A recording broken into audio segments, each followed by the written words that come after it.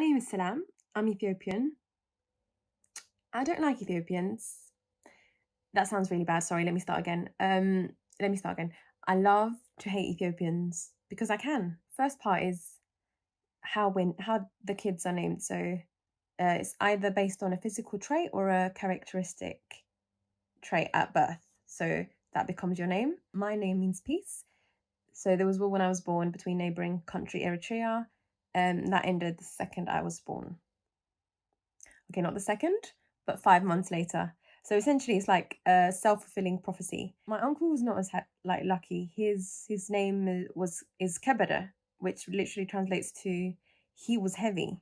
So to this day, he's heavy. I don't know. This is like a skill that the parents kind of get. Whatever the child is at birth, he will, embody when he's an adult as well. My dad's little brother, Zagaye. So he was the last to be born. His name was Zagaye because that literally translates to he arrived late. To this day, he arrived late. It's still named he arrived late.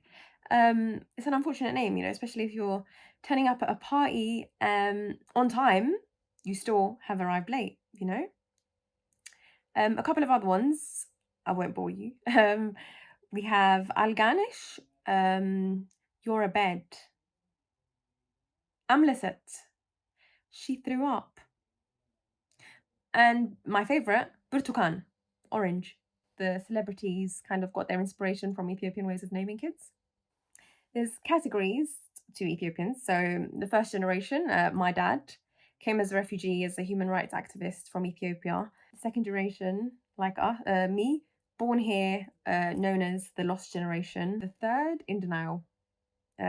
Recently gotten here but claimed to be different, not like the others. My dad's hardships are something not comparable to any of mine. I can't imagine any of his struggles, what he's gone through to get to this point. As a human rights fighter, he was fighting against a dictatorship. He was an activist, fighting for freedom, essentially. Where a lot of people were silenced for standing up for their rights. He's a powerful man. If you compare that with me, the only kind of fighter I've ever been is a keyboard warrior from the safety of my own, anonymity. For Bants, my dad and his mates, they would play fight with whips, where literally the aim of the game, the last man standing would be the winner, quite literally. The only thing that I'm capable of whipping is cream.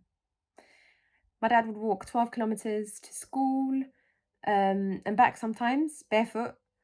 I was privileged here to have had free travel till I was 16. Bring the zip card back, Boris. Bring it back. Culturally, eating raw meat is it's tradition. I don't oppose that, taking my meat raw. Hashtag Kutfo is life. If your mind went to the gutter, look up Ethiopian food. As you can see, my dad's pain threshold is second to none. We're not on the same page. We're not in the same book.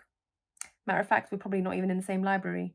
So it's no wonder our generation are seen as spoiled, unable to deal with hardships. But of course, hardships are subjective to our own experiences. I'm the proud product of my environment, but I strive to be better. Thank you.